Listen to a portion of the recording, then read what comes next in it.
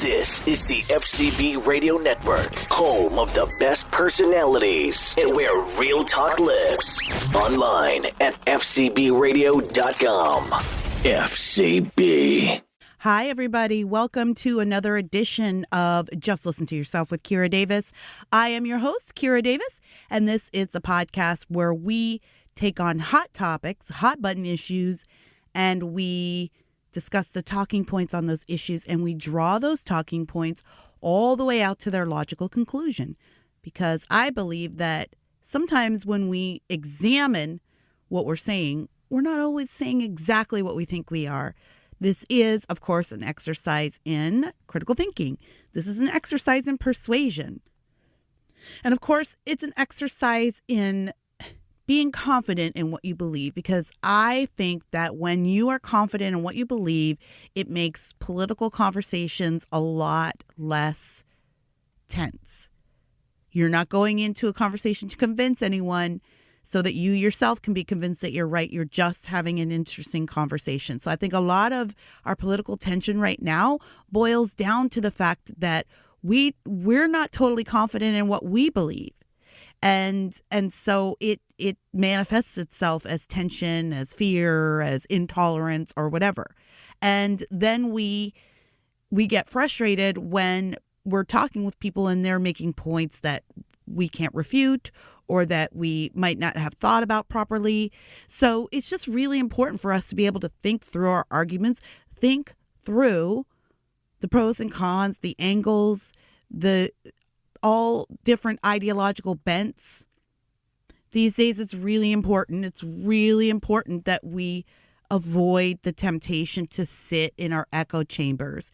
And it's so easy, and it's becoming easier by the day because the social media platforms that we've come to rely on for communications are actively censoring and squashing certain parts of the conversation. So it's easier than ever. And plus they have these algorithms, right, that make it so that you only see certain things, even on your Facebook feed. You might be friends with hundreds of people, but only see the same 12 people in your feed. Facebook has decided that's what's important for you to see. And so it's very, very easy for us to believe that our bubble is actually more expansive than it is. So I think that my introduction here is really relevant to today's subject. Today's subject is a little different, I guess. Today's subject is, well, tangentially, I guess, but he's going to lead us into a larger discussion here. I want to talk about Ravi Zacharias. Now, for those of you who aren't familiar with Christian apologetics or the world of the celebrity Christian pastor or speaker, Ravi Zacharias is a famous Christian apologist, and he passed away last year. And he had a huge ministry, Ravi Zacharias International Ministries, RISM, very well known for his work in the arena of Christian apologetics. And posthumously, his organization did an investigation on him and uncovered all kinds of accusations that they say are proven now of sexual misconduct, as they say, sexual abuse, and perhaps even rape. These charges for Ravi Zacharias go all the way back to 2017. I didn't know about any of this. I've never followed him very closely. Mostly when I've seen him, it's just been in clips of other people, but I've always liked what he had to say. He seemed like a typical and engaging Christian apologist, and very intelligent though, and very well known among the world of Christian apologists. And for those of us who are really interested in theology, his words were around a lot. So he carried a lot of influence. So there were accusations against him years ago about it was a sexting scandal, and it kind of went away. He claimed that this was just it was a couple, it was a husband and wife up in Canada who were trying to extort him from money, and it just kind of got swept under the rug. One of his main detractors was an atheist skeptic who kind of busts Christian frauds, right? And so he has like a little organization or a podcast or something called Ravi Watch, where he was actually trying to tell people, yo, this guy's not on the up and up. And a lot of people dismissed him because he was an atheist, and they just thought, oh, he's got an axe to grind or something. And it was just so easy to dismiss him. And now a lot of Christian ministers and podcasters and media people and pastors are having to back up and apologize for their automatic support of Ravi Zacharias. Again, these are not allegations anymore. His own organization conducted the investigation and released, I believe it was a 54-page report on the allegations against him. Accusations. I mean, there's no question anymore that these things happen. And I'll read to you some of the things. In case you're not familiar, I know a lot of my listeners are members of the church, but in case not, let me read some of the accusations against him, some of the things that the investigation uncovered. So I'll read you the report from the Christian Post. Ravi Zacharias International Ministries issued an apology Thursday as it announced the results of a months-long independent investigation in which victims claimed the late Christian apologist engaged in sexting and unwanted touching, spiritual abuse, and rape during his life. Atlanta law firm Miller & Martin, independent investigators hired by RISM, released an in-depth report this week detailing the serious allegations of sexual misconduct by Zacharias. In a statement accompanying the report, the board of RISM said it was, quote, shocked and grieved by Ravi's actions and feels, quote, a deep need for corporate repentance. We believe not only the women who made their allegations public, but also additional women who did not previously make public allegations against Ravi, but whose identities and stories were uncovered during the investigation, the RISM statement explains. Tragically, witnesses described encounters including sexting, unwanted touching, spiritual abuse, and rape. We are devastated by what the investigation has shown and are filled with sorrow for the women who were hurt by this terrible abuse. And I probably should have given you a warning before in case you're traveling and listening to this with smaller children, but I'm going to read on in this report, and perhaps you just want to, I'm just going to read their words, but perhaps what you've heard is enough for your kids should you be traveling some. So turn this down or turn it off and come back to it later. They go on to say, tragically, witnesses, I'm sorry, I just read that part. The lengthy report includes interviews with more than a dozen massage therapists who treated Zacharias over the years. One massage therapist said the evangelist often tried for, quote, more than a massage, while 4 massage therapists said Zacharias masturbated or asked them to touch his genitals during massages. 5 said he touched or rubbed them inappropriately. Another massage therapist reported details of many encounters over a period of years that she described as rape. Only one of the witnesses we interviewed said that Mr. Zacharias engaged in sexual intercourse, the report states. This witness reported details of many encounters over a period of years that she described as rape. To protect her identity, this report does not disclose many details that she shared with us.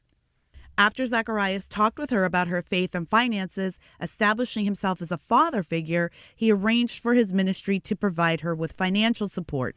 However, he then demanded sex and warned her not ever to speak out against him, or she would be responsible for the millions of souls whose salvation would be lost if his reputation were damaged. A number of aspects of this account involved similar behavior and escalation as the accounts of other therapists who would not have known each other and who treated Mr. Zacharias in different contexts over time. The investigation discovered that a collection of explicit photos, many of them of much younger women, were also found in Zacharias' possession. Romantic emails Zacharias sent to a woman in South Korea and a massage therapist in Thailand, whom he called his angel, were recovered.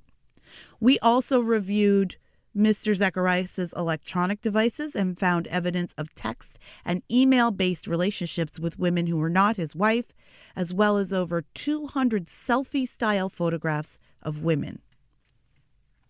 So in 2017, Canadian Lorianne Thompson accused Zacharias of engaging in a sexually inappropriate online relationship.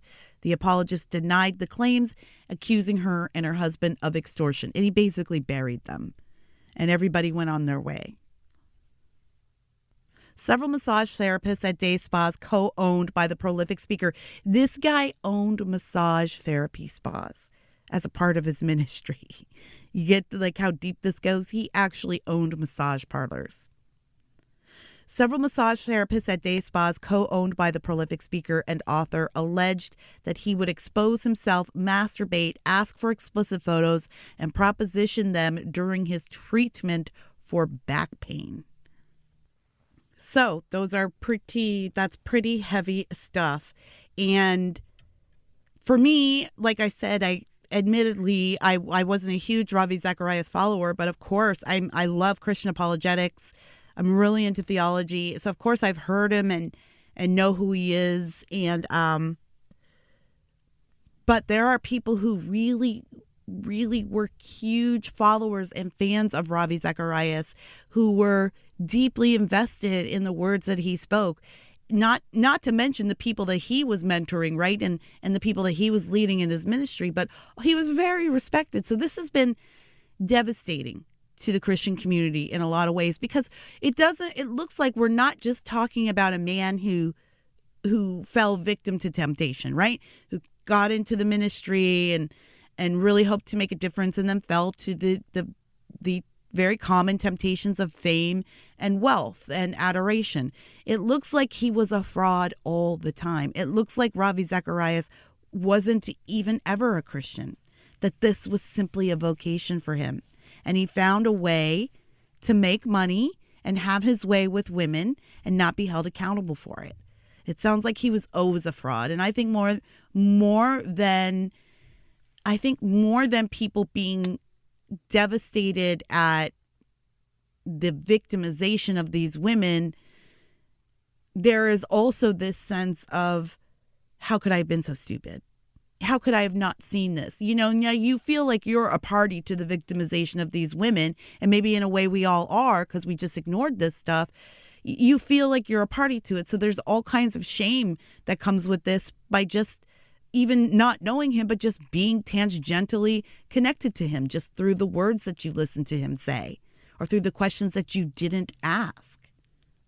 Now, you may be asking yourself, why is Kira, I do like to take it to church on this show, y'all know that, but you may be asking yourself, why is Kira taking on this issue of this Christian apologist and his nasty, tragic end on Just Listen to Yourself? But this scandal's been broken for a while now, a few weeks now, and I've been thinking about this a lot because I've been watching some of my favorite Christian broadcasters and commentators and apologists now have to reckon publicly with what we all were a party to, what we all allowed to happen. The women that came forward whom we, and I say we just as a church, like I said, I didn't know about these allegations, but if I'm being honest, I'm not sure that I would have believed them had I known about them at the time. So I'm just as guilty as the next person. So what we allowed ourselves to believe. And one of my favorite podcasts is Unbelievable with Justin Brierley. Go look that up. If you love apologetics, if you love debate and polite debate and respectful debate, it's a wonderful show. My friend Wendy and I had the privilege to visit his studio in London a couple of years ago, and we attended the Unbelievable conference there. And and by the way, it was also the weekend that Harry and Meghan got married. It was a wonderful experience. I love the show, and it's British, so it's all very polite. So Justin Brierley, and honestly, Justin, probably politically speaking, we don't agree on a lot, but as a broadcaster and a Christian, Justin is just incredibly talented. And he's a very talented host and moderator, and someone I think of as reasonable and even-handed. And he had to cut a video this past week about what he chose to believe and not to believe with the Ravi scandal, and how he's having to kind of reckon with his own confirmation bias and what that allowed him to believe. It was a wonderful video. I'm going to play it here for you in a second. But I thought what he had to say was really good. But as I was listening to Justin, I thought to myself, is there a way to take this situation and his admission of confirmation bias and how it led him to ignore certain details and certain truths in favor of what he wanted to believe. Is there a way to take that and posit that out to the political arena? Because sometimes even on his show, Justin will talk politics, particularly during the Trump years. There were a few episodes about, should Christians support Trump? Can Christians believe Trump? Is the American church too pro-Trump? And as somebody who's in politics, now don't get me wrong, I love Justin. I will listen to him no matter what he is talking about, no matter if I disagree with him. I love Justin. But as an American conservative, it would always bother me because he would always be framing the questions from the point of view that support for Trump is sinful, you know?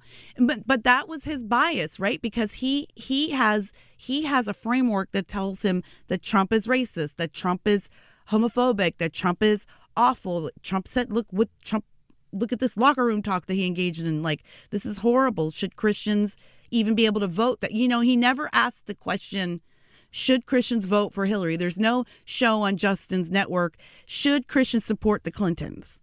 You know, should Christians support Joe Biden? So it's even in the framing of the question is the bias. And again, I don't fault Justin for that. It's just, that's how he frames it. That's how he sees it. I know we disagree on some political things, and I'm fine with it. So I'm not accusing him of anything. But it just made me think, like, every time I hear one of those, should Christians do XYZ for Trump? And I'm always like, how come he never frames this question from the other side? You know, he never there are many reasons why a Christian would not vote for Hillary Clinton. Many, many reasons that are just as bad as the reasons people say they would never vote for a Trump. So listening to him talk about Ravi and his confirmation bias, it made me think, like, well, what if Justin and people like Justin could take this lesson that we're all learning together right now and sort of posit that out into the political arena? If we're wrong about Ravi, what else are we wrong about? Is there a possibility that we could be wrong about our political opponents? Is there a possibility that the information that we've been receiving or allowing ourselves to receive about people of the opposite ideological bent, is there a way that perhaps we're not getting all the information? That perhaps we've allowed ourselves to frame it in a certain way that might not be the whole truth or represent the whole truth? Is there a possibility that the people that we've been looking at and accusing of being, pick your insult, pick your, a filthy libtard. I hate that term, by the way. I hate it. But this is a term some mean people use, a libtard or a right-wing nut job, or, if you're questioning election results, or you must be QAnon, or is there a way that we can look at whoever that person is that you think is the craziest person on the political spectrum and is a danger and should be banned from the public square? Is there a way to look at that person and say, maybe I don't have all the information about that person? Maybe some of my confirmation bias has caused me to ignore certain truths about this person or the things they believe and accept certain untruths. Politics are becoming more and more divisive every day. My name is Colin Jackson. I'm the co-host of Not Another Political Podcast, where we reject popular opinions and prioritize solutions over partisan dogma. Download Not Another Political Podcast on iHeartRadio, Apple Podcasts, or wherever you get your podcast entertainment today.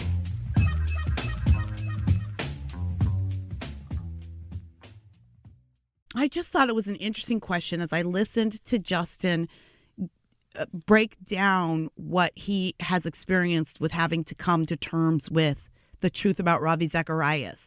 So, Justin, if you're listening, I don't mean to pick on you, but you really inspired this episode, and in a good way, in all the best ways. I think this is a subject that we need to talk about, and I talk about a lot on this show. As I say, I'm a conservative. I don't hide that. I'm not going to pretend like I don't have my conservative and right of center points of view. Of course I do. But as you all know, if you're a regular listener, I fully encourage open and not just tolerant, but happy and joyful debate over both sides. And I think a lot of times we're so divided because we haven't taken the time to understand each other. We've believed the headlines about each other, but we've never dug underneath them. So what I'm going to do now is I'm going to stop. I'm going to play Justin's remarks for you. And then I'm going to go through my little list of talking points or of thoughts that I had as he was talking. And I want to reapply those to the political arena and see if there's some lessons from this terrible scandal that we are all a party to in the Christian community, even just by way of not taking some of the accusations seriously. Is there a way that we can take this lesson and apply it to our political discourse in a positive way? So, ladies and gentlemen, here is Justin Brierley from the Unbelievable podcast. You can look him up on YouTube. Just look up Unbelievable on YouTube or go find him on Twitter at UnbelievableJB. Justin Brierley. Video reflection from me on the Ravi Zacharias scandal that's shaken the world of Christian apologetics, especially since the release of the independent report, which leaves no doubt about the scale of Ravi's deception and abuse. I didn't want it to be true, but it was true. And now a global ministry has been shipwrecked and the legacy of one of the most influential Christian apologists has been just swept away. All right, I'll stop right here. Maybe this is the best way to go through it because he's got a few really good nuggets and I'm getting older. I can't remember them all the way till the end. All right.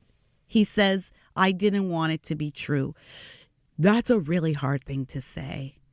I mean, I know Justin, we're not the best of friends or anything, but we're acquainted and I've met him personally. He is a genuinely warm, just some people you meet, you know, they're sincere. And he is that guy. So for him to say this, like, I didn't want it to be true, that takes a lot of guts. He's admitting that he pushed aside the evidence, the accusations. He pushed aside the pain of these women because he wanted the hero Ravi to be true. And don't we do this a lot in politics? We hear disparaging things about the politicians that we like, or we hear they support this thing or that thing, and we don't want it to be true, so we deny it altogether, which is different than you saying, well, I know this is true about them and I just don't care, right? That's one thing. As you guys know on this show, I was like, I'd rather you say that. Just be honest about what you believe. Be honest about where you are. If you don't care that your politician has sexual encounters with his interns in the Oval Office, then say that. That is fine. Let's just all be honest about where we're starting from in the discussions. But there are a lot of people out there who are faced with evidence, who are faced with information, studies, reports, and they don't want it to be true. And so they make it not true in their minds. And we do that with each other. I can remember, I've told this story before on the show, but I can remember watching the late, great Anthony Bourdain. Remember his show that he traveled all over, no reservations, he traveled all over. Anyways, he was in Beirut years ago, and Beirut kind of erupted into a mini revolution while he was there. Americans and other foreign guests had to be ferried out, flown out. They were trapped in their hotel, which was a luxury hotel, by the way, so it wasn't the worst place to be trapped. But they were trapped in, it was quite dramatic, trapped in their hotel. They were filming the whole thing on the roof, on the pool deck with all the other guests, kind of looking at bombs dropping and watching the destruction around them and wondering when it was going to get to their hotel. And finally, a U.S. naval ship, I guess, arrived. And I guess the Navy gives rides to the Marines, so the Marines were there too. And so they were all hurried to the port to get on this ship to get ferried away. And as these young men are helping them into the boats to ferry them off to the main ship, I'm not a Navy ship person. I don't know what we call these things. The big boat that they put our Army people in. You guys know what I mean. So he's getting on this smaller boat, and these young men and women are doing their jobs, making sure that everybody's cared for, making sure that everyone's safe. They get them to the deck of this boat. Everyone breathes a sigh of relief. And Anthony Bourdain's narration is, I was surprised by how warm, kind, and affectionate these young men and women in uniform were. You see, Anthony's a hippie, or was, God rest his soul.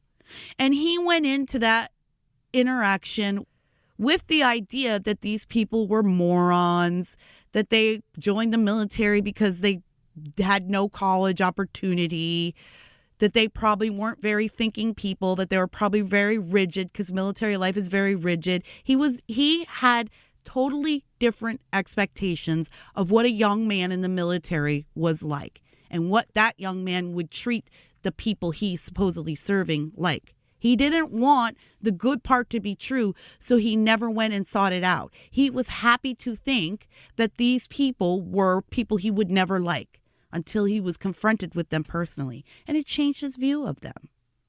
That's what Justin's statement here reminds me of. Sometimes we don't want to believe that other person that we think we hate is actually nice, that they actually do help people, that they actually are kind, that they actually do have a family that they love and loves them, that they actually have thought about these things and have just come to a different conclusion, that they actually would sit down with you for a beer or a meal and not insult you. Sometimes we don't want to believe those things about other people, and so we consciously or subconsciously choose not to. And I felt so sad for those close to Ravi whose trust was abused, for the many who believed because of his ministry and have now been left devastated, and most especially the victims who have suffered horrible spiritual, emotional and sexual abuse. And in the case of Lorianne Thompson, public defamation at the hands of Ravi and the ministry. The heart is deceitful above all things and beyond cure. Who can understand it? Says Jeremiah 17 verse 9. And that verse has been in my head recently, not just because of how it speaks to Ravi's own deceptive heart, but because of the ways that we're all willing to be deceived in one way or another.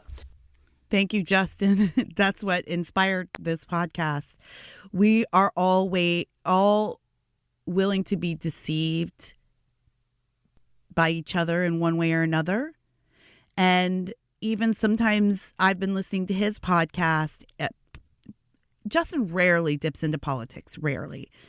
But when he does, it's usually American politics, and it usually has to do with Trump and conservatives. And sometimes when I'm listening, I'm thinking the people that he has on to argue they seem too willing to be deceived about the narrative. Like there's never really any questioning of the narrative on who a Trump voter might be. And the reason I'm framing it like this is because this is how Justin frames it, right? It's not a two-sided thing. It is the way that they talk about it on his podcast is usually an accusation against conservatives or American Republicans or American Trump voters. And again, this is not to pick on Justin because I love his show and I listen to everyone no matter what. I love everything about it. But this is just my wheels turning here. And so sometimes I listen to those shows and I think, okay, in what ways are these people deceived about each other, willing to be deceived about each other? Is there the idea that one person would sit on one side and say, my guy or gal is beyond reproach. The person that I would vote for is obviously the choice that any good Christian would vote for. And never question themselves and say, well, hey, maybe I have been deceived. Maybe I haven't received all the information, or maybe I have heard information or have heard arguments against this point of view that I'm offering. And I haven't even really considered it. I haven't really given it any critical thought. I've just dismissed it. I've been willing to be deceived about who this person is on the other side of the table from me. And that's a sentiment that goes both ways. In politics, in faith, in your daily life, right? That's neither right nor left. We all do that. We allow ourselves to be deceived about the people sitting across the table from us oftentimes because we don't want what they believe to be true. There's been a flood of responses since the independent report was published, laying bare the scale of Ravi's deceit. They debated how it happened, why it happened, whether Azim can or should recover from this, whether Ravi's book should be withdrawn, and so on. And this isn't really a response about any of that precisely. It's more of a personal response, a mea culpa of sorts. Ravi was one of the preeminent Christian apologists in the world, and although I personally never met him or interviewed him for my Unbelievable show, his fall touches very closely to home because I have worked closely with the wider team of Azim. And shortly after his death in May 2020, I hosted a tribute show to Ravi, interviewing key leaders from Azim. The warm words and anecdotes that were shared then have just turned to ashes in all our mouths, as have those that were shared by the celebrities and church leaders at his funeral service, which was live streamed to millions. We've now taken the step of taking down our own YouTube edition of that show we recorded, and I've added a disclaimer in our podcast archive that show clearly no longer represents a true picture of Ravi. Can I just interject here? What do y'all think I'm going to say about him taking the YouTube thing down? I understand it. I do. But I think it should be left up. I do. I think it should stand as a monument. This is a little bit of a sidebar from the core of this episode. But one of the things that's bothering me about this discussion we're having in the church, the Christian church, about Ravi Zacharias is when Justin's not one of them, by the way. He's been very bold about being completely transparent about this. But when a lot of these Christian commentators are talking about Ravi, let's say, there's a lot of charges of sexual misconduct against Ravi, and we won't go into details. We won't talk about that, but just say it's bad. No, we need to let the ugly stuff stand. I think part of the problem in the Christian church especially is that we don't ever want to speak the ugliness out loud, and it allows us to sort of smooth over the ugliness and make it into something that doesn't sound as bad. We absolutely should be using the ugly terms and describing the ugly things that he did when we're talking about the charges. Just like a lot of Christians will say, this is something that came up in the movie I was involved in, a small group, which go to smallgroupthemovie.com. I believe you can go see that. But it's a great movie about church small groups, and I had the opportunity to be involved in a side project on that. But there's a scene where a bunch of Christians are sitting around. They're like, I have a personal intention. Just pray for it. I have a special intention. Christians don't want to get messy. They don't want you to know their messiness. So when they don't want you to know what ugly thing they need you to pray for, they'll go, oh, I have a special intention. And I think that because we don't like to let the ugly and embarrassing things out. And I think it would be better for Justin and his organization to leave that video up, perhaps put a disclaimer on it, as he said he's doing with the other shows, but put a disclaimer on it. We understand that the point of view has changed here, but I think it's important for us to have this reminder. We shouldn't erase history. We should have this reminder of who we all were when Ravi died, and how when we all lionized and we all did it. Even I did that. What a great man. I didn't know hardly anything about him, but I knew how he was received in the church. So perhaps these cringy things and these embarrassing things should stand as a reminder to us. At the time we recorded it, the Spa allegations were unknown, of course. But nevertheless, like so many others, I was too quick to give Ravi the benefit of the doubt over those sexting allegations from 2 years previous. I didn't ask the awkward questions I should have asked because, well, as I said, I didn't want it to be true. I wanted Ravi to be the hero of the hour, to have a great legacy for the work of Azim to continue strong. I was wrong, as were many of us who too willingly accepted the narrative that he and the organisation put out around the Lori-Ann Thompson affair. I was too willing to accept the narrative, and this is something I complain about a lot in politics. We're too willing to accept the narrative. We're too willing to accept the narrative of a headline. We're too willing to accept the narrative of your news outlet. I don't know how many times I can say this, but news is just entertainment.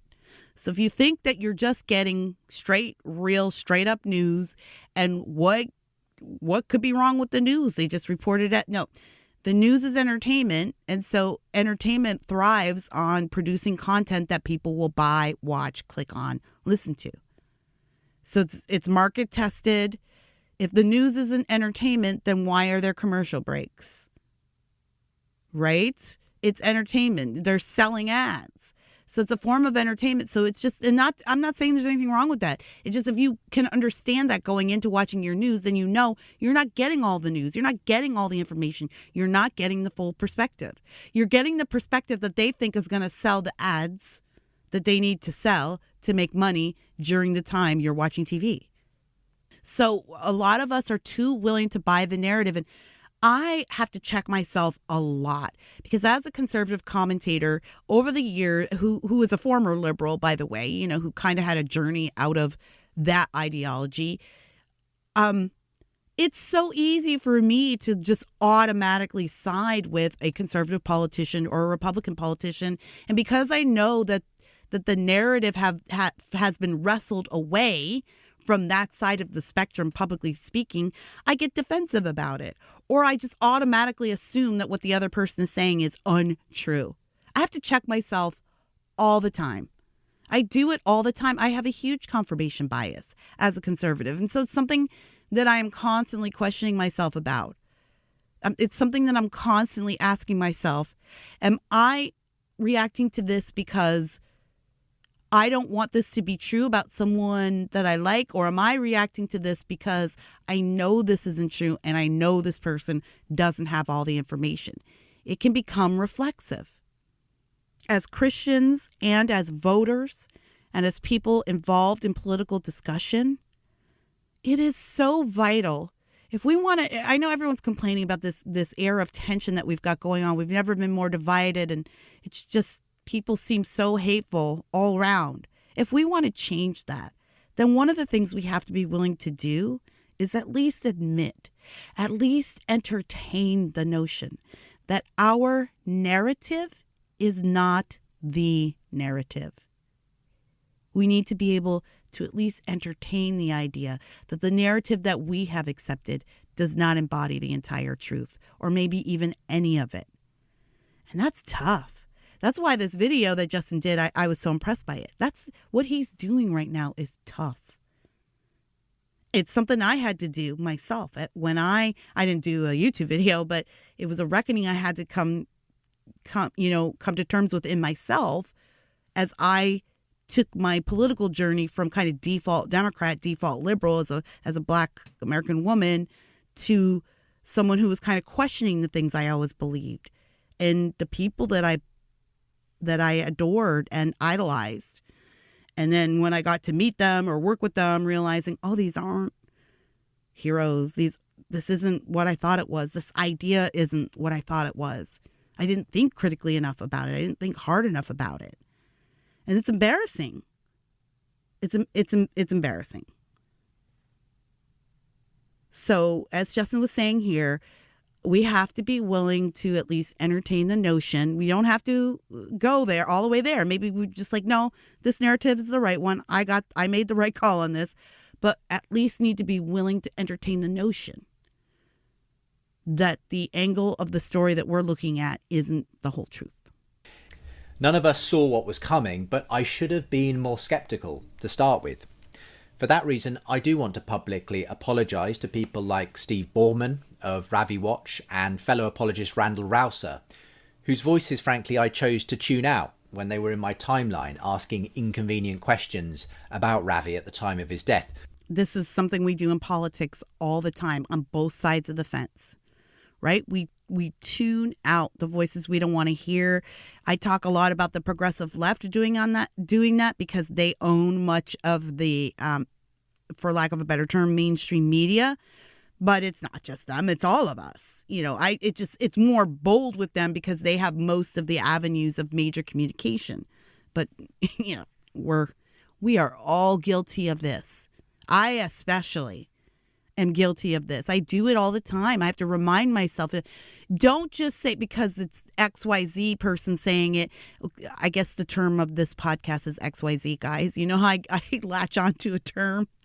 and it just pops up every podcast. It just is in my head. Can't let it go to XYZ this episode.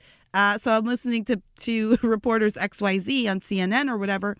It's so easy for me to just immediately dismiss what they're saying because I'm like, well, they're lying anyway. They never tell the truth. And sometimes I'm right. A lot of times I'm right. But sometimes I'm wrong. Sometimes they're giving me information that is absolutely true. And we do it all the time. Oh, I'll never believe anything that's on CNN. It's all fake news. And so CNN might break something very important or be covering an issue that's very important. We're not giving it the time of day because we don't like the angle they're covering it from. Or you might look at Fox News, and say Fox News is biased. Like they say they're fair and balanced, but they're biased. And so whatever they say about Governor Andrew Cuomo in New York, it's just because they hate liberals. It's just because they're fake news. It's just because they're morons and white supremacists. And maybe then we don't allow ourselves to see any of the truth in what they might have been reporting about Andrew Cuomo and his multiple sexual harassment allegations. Politics are becoming more and more divisive every day. My name is Colin Jackson. I'm the co-host of Not Another Political Podcast, where we reject popular opinions and prioritize solutions over partisan dogma. Download Not Another Political Podcast on iHeartRadio, Apple Podcasts, or wherever you get your podcast entertainment today.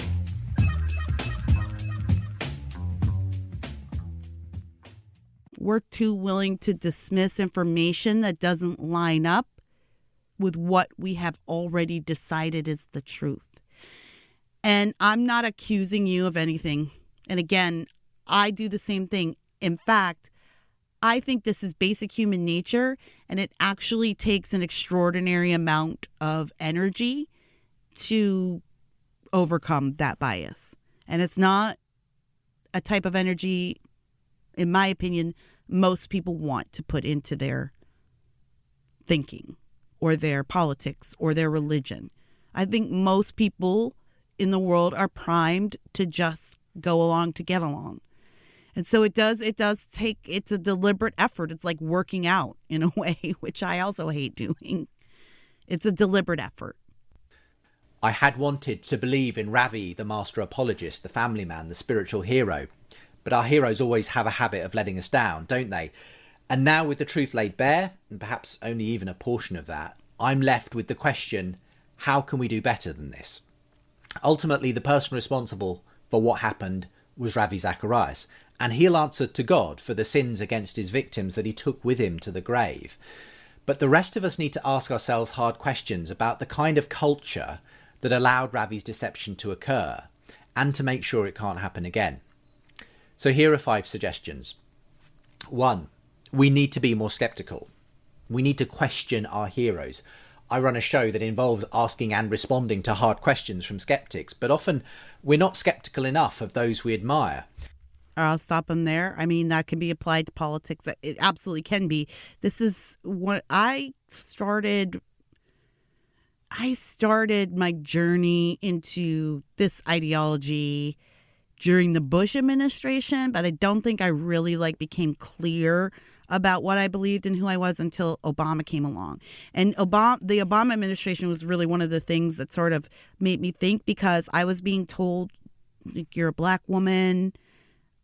My family and I were living in the same area as he was from. Quote from, I mean, he's from all over, but he was living on the south side of Chicago at that time. And we were living in Gary, which is just south of the south side of Chicago.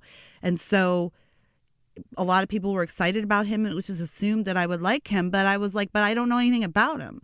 And every time, and this is before I was even into politics, and I still would have counted myself as a liberal, but I kept saying, I don't know anything about him. I don't know who he is. I don't know what he believes. There are some issues that are very important to me as a taxpayer, as somebody who works with mentoring students, and I run an after school program. I'm a huge school choice advocate. School choice is that's a voting issue for me. It's one thing that I definitely go to the polls for. And which makes it very difficult to vote for Democrats ever, because they oppose publicly school choice. And it was his views on school choice where I was like, this guy, I don't like him.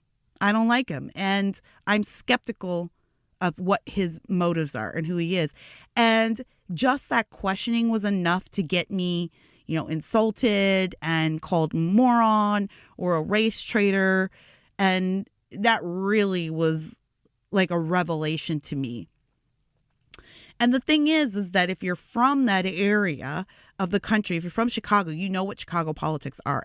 Chicago politics are famous for being corrupt and run by the mob. The unions own Chicago. They're infamous. And so I was thinking at the time, but we all know how Chicago politics are run. Are we supposed to believe that this guy came up through the Chicago political system, was nurtured in the Chicago political system, made it all the way to being a United States senator and then candidate for the president of the United States, and he's never once gotten his hands dirty? Am I supposed to believe that? The logic doesn't add up. We all know what politics are in this state. Nobody gets to success unless they have bent or compromised in some corrupt way at some point. That was when I first started learning what it meant to be skeptical and what the price of that can be. But Justin is absolutely right. In faith, in politics, in your personal relationships, even, with acquaintances, with people that you've just met. A healthy skepticism is good. A healthy amount of skepticism is good. And I've said it on this show before, but in my dozen years in this business, I have been disappointed by a lot of heroes. And I would never name names unless, some real information came out. But I can guarantee you that whatever side of the fence you sit on, I've seen your politician doing something in public that would change your vote. That you think that this person has a great marriage or really cares about kids and they don't. Maybe you think they're faithful to their wife and they're not. Maybe you think they're about social justice, but they're actually a closet racist. It flies across the political spectrum. And I don't expect people to automatically switch sides, but if we could just treat our own politicians that we love with a modicum of skepticism, we might go easier on the narrative about each other. We all suffer in that way from confirmation bias, whether Christian, atheist, or something else. To question a person, ideology, or doctrine isn't to be disloyal. It's about using our mind critically, even when we may not like the answer. Justin, I don't think he listens to my show. I don't know why he would. He probably has a million things going on. But this is what this show is. Thinking critically about the narratives that we automatically believe, the assumptions we make, the ideas that we believe. Thinking critically, and that does include a healthy amount of skepticism. And yes, that even applies to your faith. I make it a regular practice to challenge my own faith. I mean, atheists or any other religion who look at me as a believer in Christ and think, what, that is silly. What a silly story. You're not telling me anything that I haven't already said to myself a million times. It's not like I look at the story of Christ on the cross and say to myself, yeah, it's absolutely unassailable. Of course, it makes perfect sense. Now, sometimes I think this is absolutely crazy. Are we listening to this story, everyone? It's insane. It's only when I try to consider anything outside of that I realize everything else is insane too. So I might as well go with this insane thing because I really love what the ultimate message of it is, which is we have a God who created us with purpose and who loves us passionately and who wants us with him. Took it to church, folks. Yes. Amen. Number 2, we need accountability. No one, no matter how much of a saintly demeanour they project, should be above the structures of accountability in an organisation. I'd love that for that to apply to politics. It does not, but wouldn't that be great? Christian ministries founded on good intentions can often collapse because the practical realities of financial, ethical and organisational accountability weren't built in from the beginning. That happens all the time in politics. I've said it often on this show. Any organization that starts off as an activist organization will inevitably descend into territory like Justin is talking about. I use the Tea Party as a great example, but another example is Black Lives Matter, the Me Too movement, and even Occupy Wall Street, which kind of found a new life as Antifa. But it's the same thing. I'll take the Tea Party movement because I was intimately involved in that when I first became conservative. It was filled with a lot of well-intentioned people who didn't want Obamacare and were sick of rising taxes. And it was supposed to be a bipartisan movement, and in the beginning it was, because it was just about taxes and Obamacare. But because those are issues that are very conservative issues, it ended up being populated with a lot of conservatives. Well, it became a huge movement. It was a huge movement. And the activist class realized that they could make money being the activist class. And as soon as they realized that, it all went to hell. And the Tea Party movement is no more. And there are organizations out there that call themselves Tea Party organizations, but they're just perpetual fundraising organizations. It's the same thing with Black Lives Matter. They did the same thing. They raised $90 million last year. Do you know where any of it went? I know you probably think you do, but if you looked into it, there's a lot of missing money. There's a lot of money because people realized that they could make money. Me Too. What a great movement. It started out really great. I've talked about, it was Tara. Oh, I'm sorry, baby girl. I cannot remember your last name. Tara somebody. I'll look it up later, or you look it up. And she was a black woman, I think out of New York, who started the movement years earlier to bring attention to this issue of harassment in the workplace. And then when the Weinstein thing broke, it brought her story to light, and Hollywood latched on to her movement. Me Too was her movement. And she was nervous at first because she said, I thought they were going to come and take this over and water it down. And that's exactly what they did. That's exactly what they did. And now #MeToo has become a bit of a joke. #MeToo has been stretched so far to provide publicity photos or clips or whatever for so many celebrities that it's lost its teeth.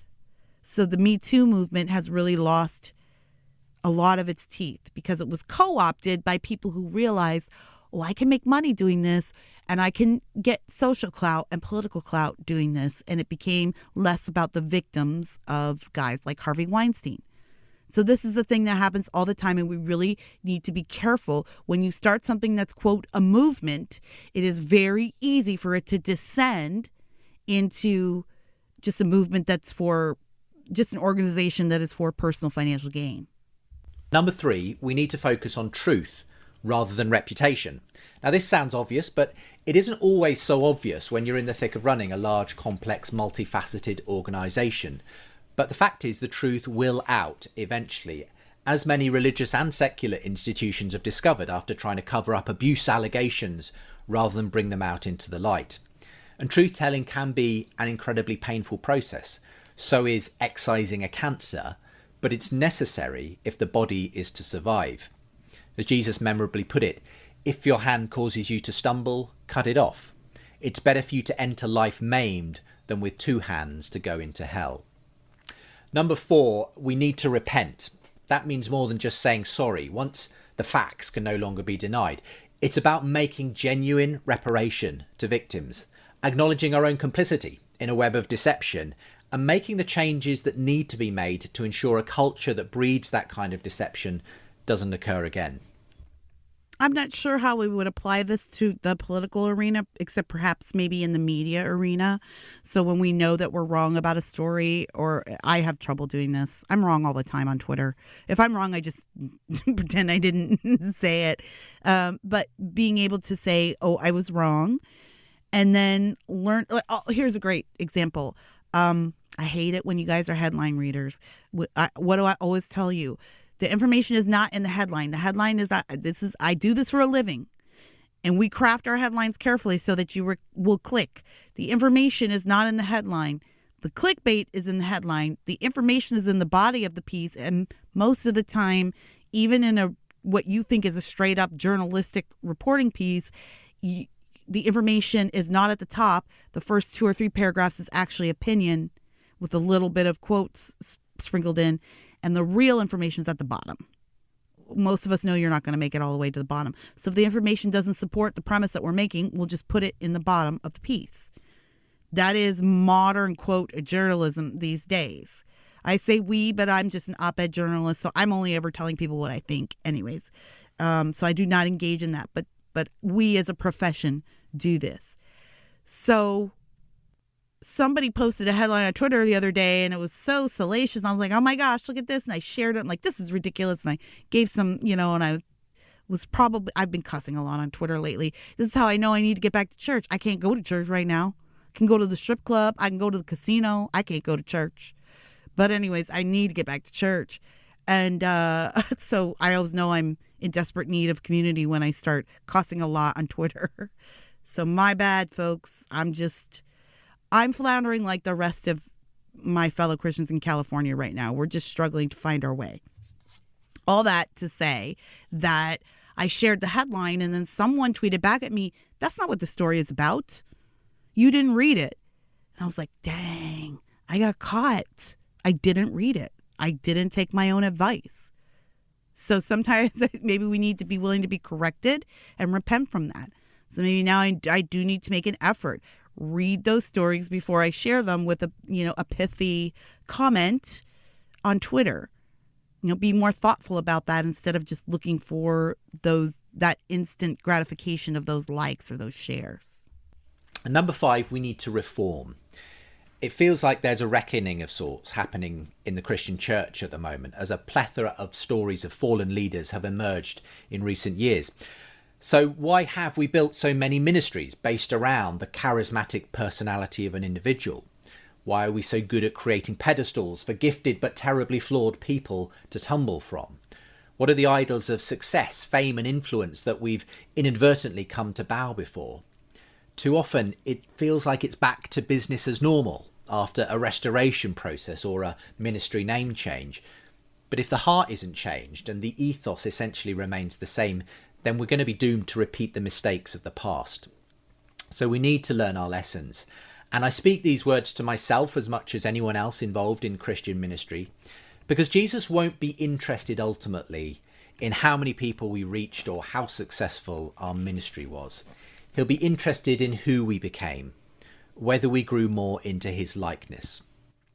I'll stop him right there. Justin, thank you so much for these words. I think they were so valuable. I think that last point you made is great. And how can we change? How can we do things differently? This is one of the notes I had as I was watching his video. I just have hero worship on that. And in the political arena, it is very common, as we have seen over the last 4 years, to galvanize around a personality. We saw the same thing with Barack Obama. And in fact, the Globe galvanized around his personality, but they never really asked any questions about what he was doing. They never really asked any questions. They were just like, hey, this black guy is, as Joe Biden himself said, clean and articulate. The first clean and articulate black guy on the scene. Our current president's words about the president he served under. I still can't believe it sometimes. But a lot of people said that about Obama, right? Like, he seems like a great guy. I did a little Google Hangout with Obama during his administration years ago. And my liberal BFF was like, see, I told you, isn't he so nice? And he was nice. Like, it was fun. We had a good time. He's like, see, isn't he nice? And it's like, okay, I'm sure he's a nice guy. Like, I'm sure we could sit down and have a beer together and have fun. But I don't, oppose Barack Obama based on what kind of guy I think he is. I know what his policies on the tax structure for middle-class families are. I know what his foreign policy in Nigeria and Namibia is, and it's not good for the people there. I know, so there are, I'd say all that just not to rehash the Obama administration, but just I use him as a big example because he was another hero, like him and Trump had created these cults of personalities. It's the same thing with Trump, right? He's got this cult of personality, and there are so many people out there who never really question what he's doing or how he might speak behind closed doors or what his true intention is behind. He would just say something and then a lot of people will be like, well, Trump said it, so it's true. Because many Trump voters liked his platforms and his policies, but there were still many more who just were galvanizing around his personality. And again, that's not just Trump. It was the same thing for Hillary, right? There are a lot of people. This is what I was complaining in the beginning of the podcast with Justin and the way some of his shows are framed. You know, he never asks the question from the other side of the table. Should Christians vote for Hillary? Should Christians vote for Joe Biden? You know that. So, but there were a lot of people who were devastated on election night in 2016, not because they knew anything about Hillary, but because she was a woman and therefore she was a hero to them, and they had never really asked any questions about her. Politics are becoming more and more divisive every day. My name is Colin Jackson. I'm the co-host of Not Another Political Podcast, where we reject popular opinions and prioritize solutions over partisan dogma. Download Not Another Political Podcast on iHeartRadio, Apple Podcasts, or wherever you get your podcast entertainment today.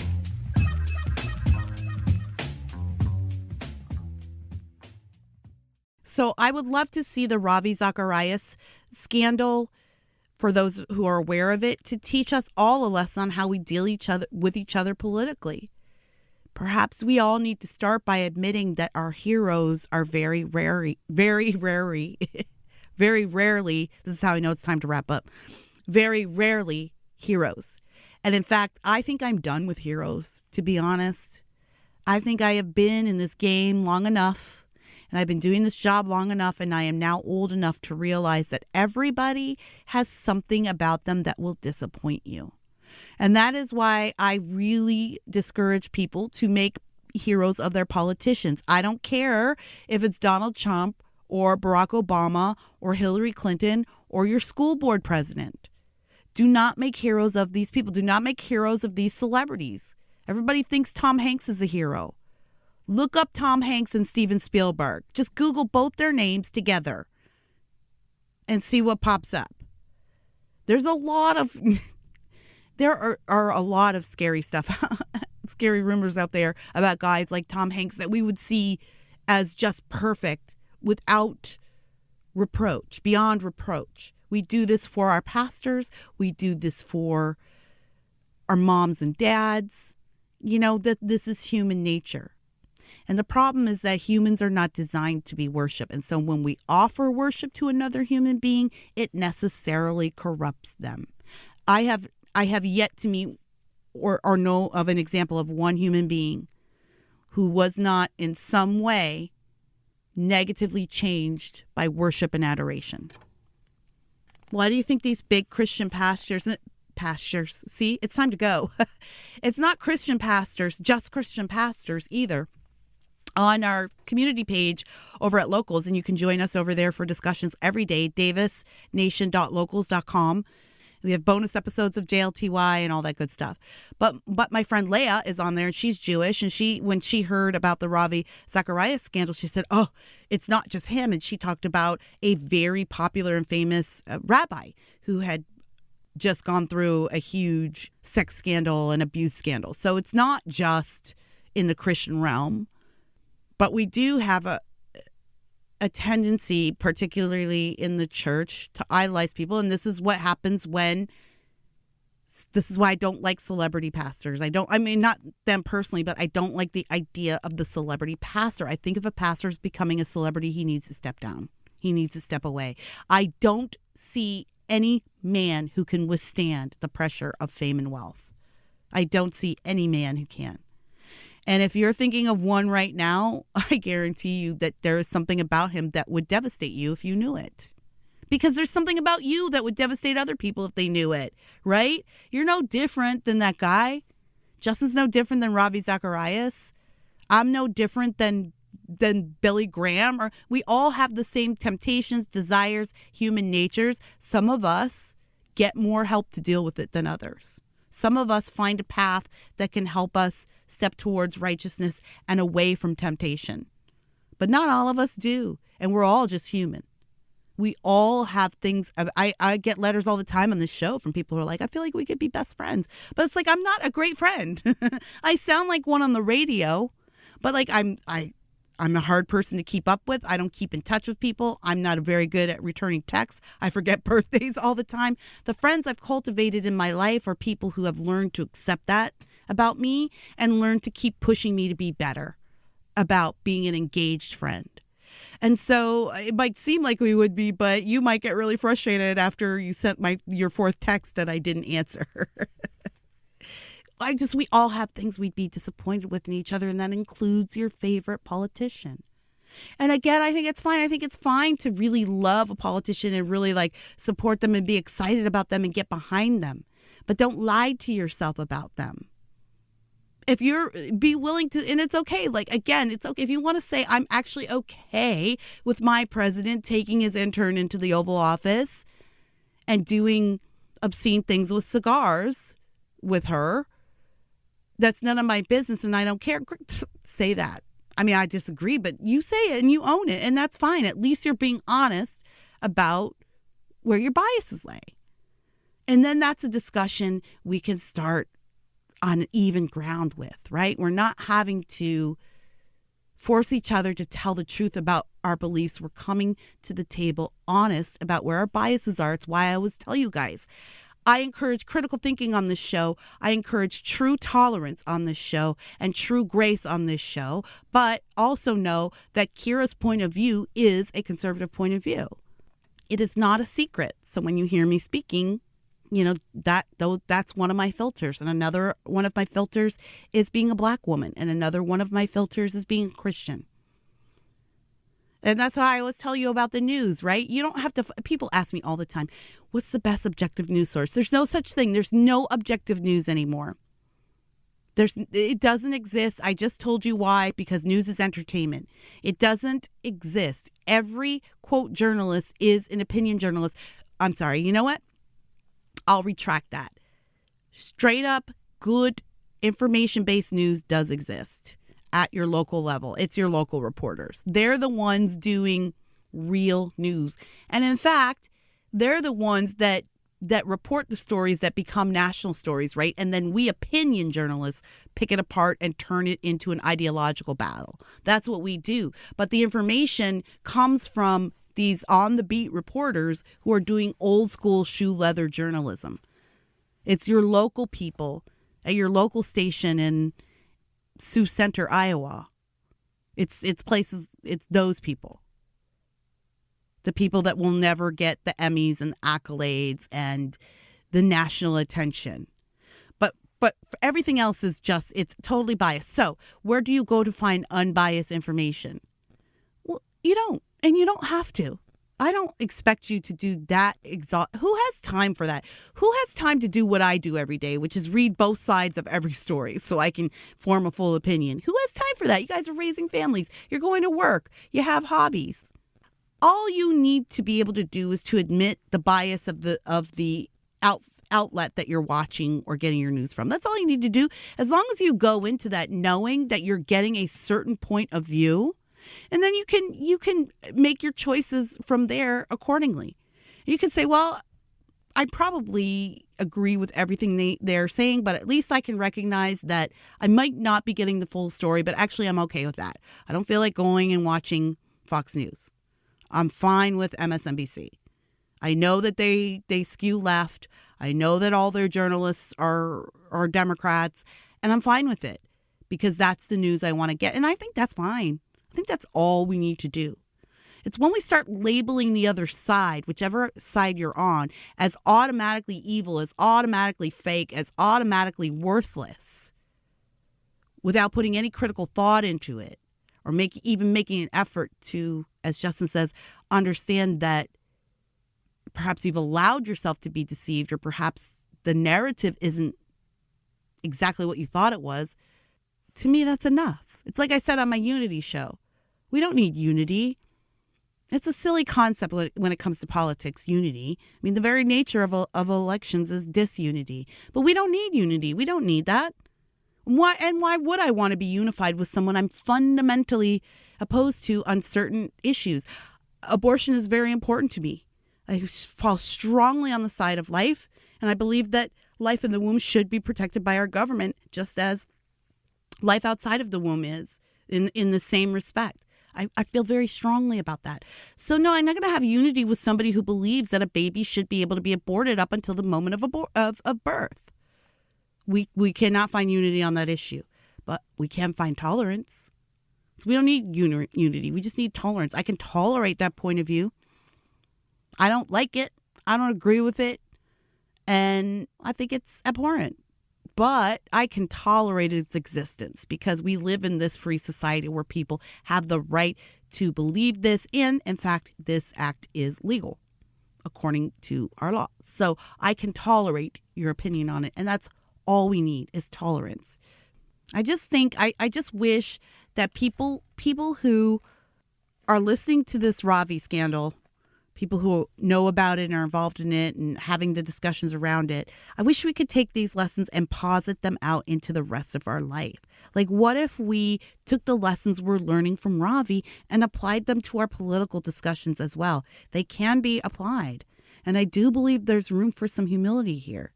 And there's room for us to admit that we've not always gotten the truth right about each other.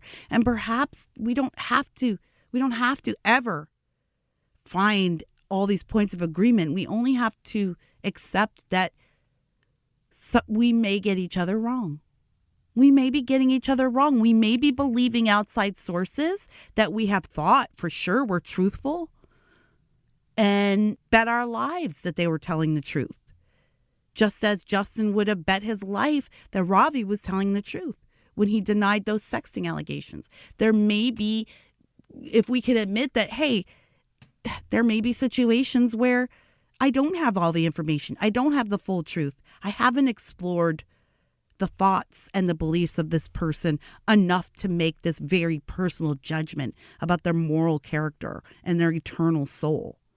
So I'll just read down the notes really quick in closing. I know we're going long.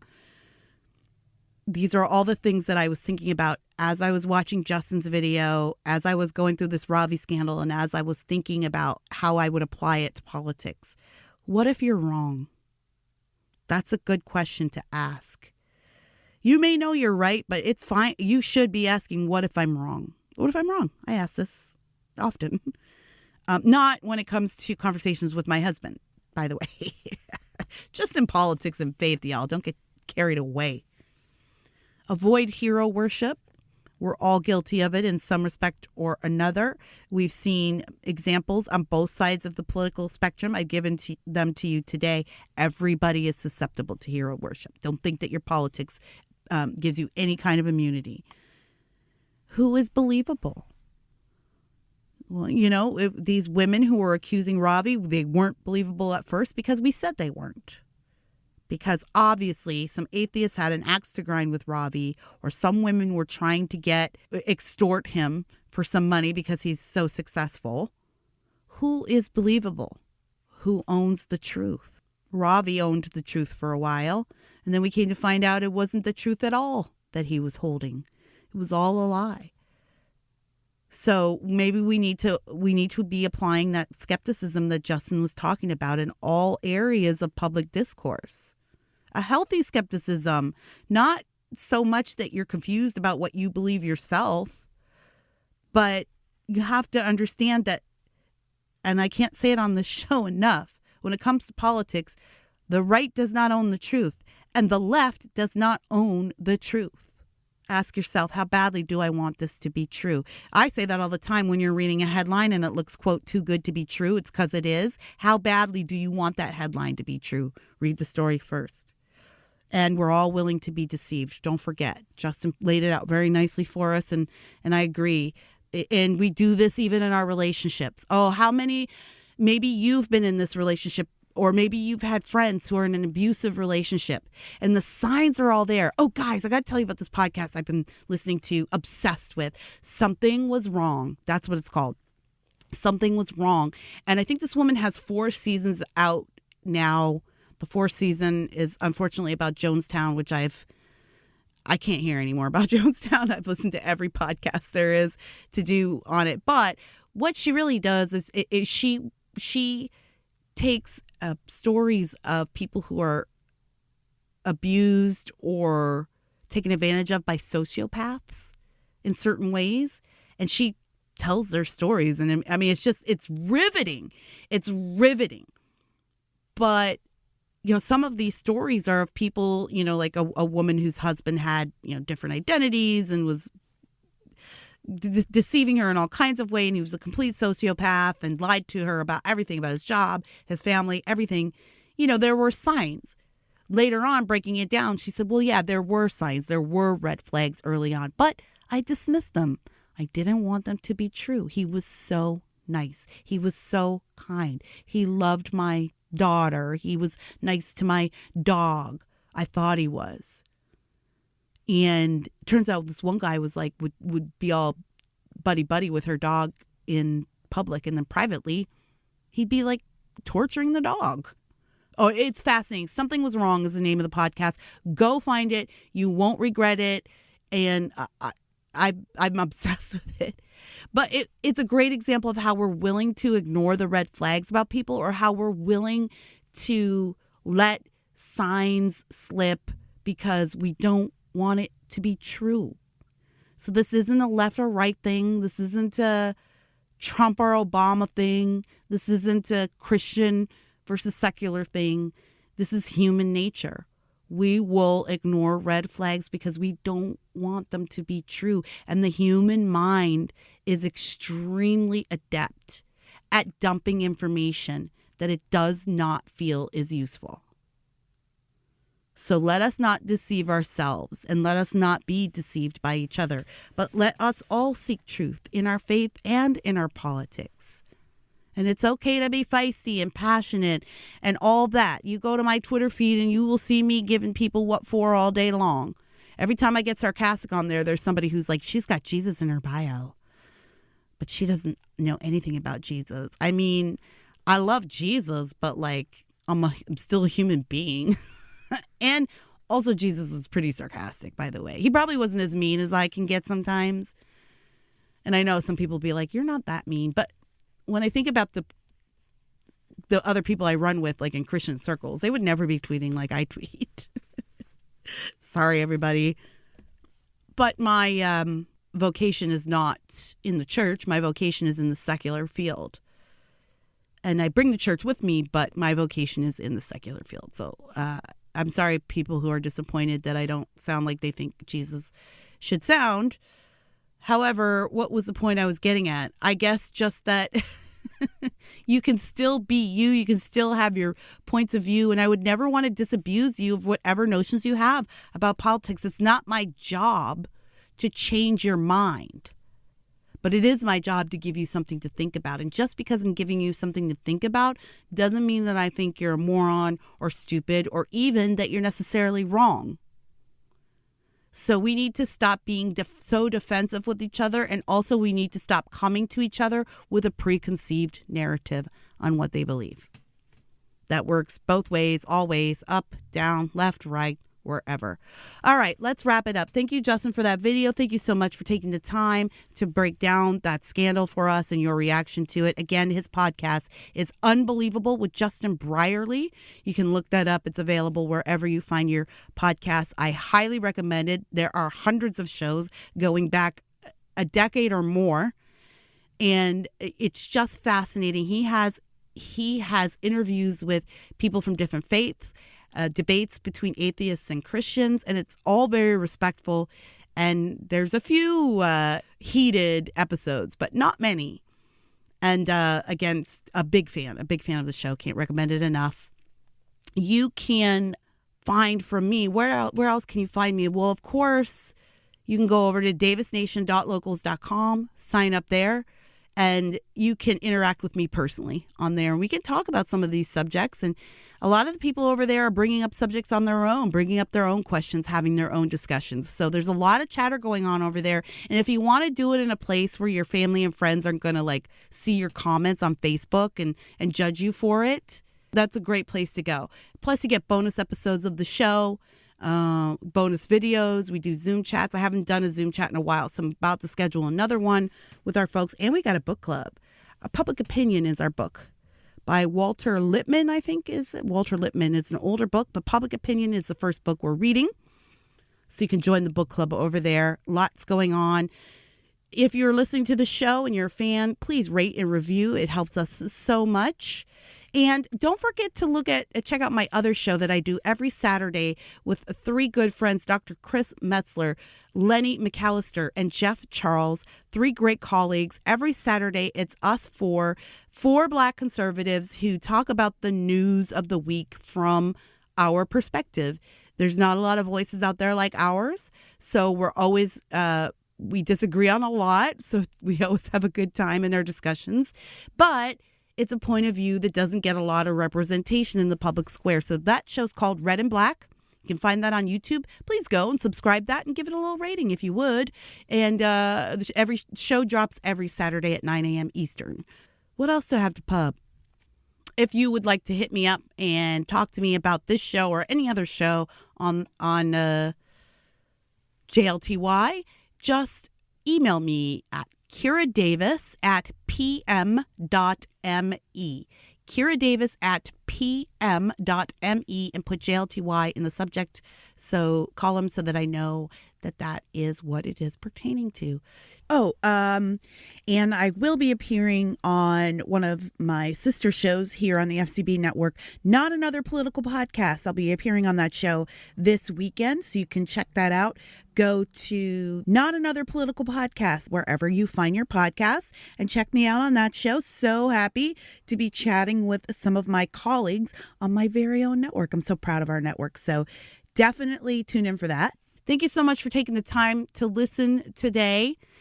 And I hope that we've all been given a lot to think about. I know that this whole thing has made me reconsider a lot. And, and just go through that regular exercise that I do of questioning myself. Am I right? Do I have all the information? Where are my biases? Are they preventing me from seeing? So it's been good for me too. Until we meet again, don't forget, every once in a while, just stop and listen to yourself. The FCB Radio Network. First class broadcasting worldwide.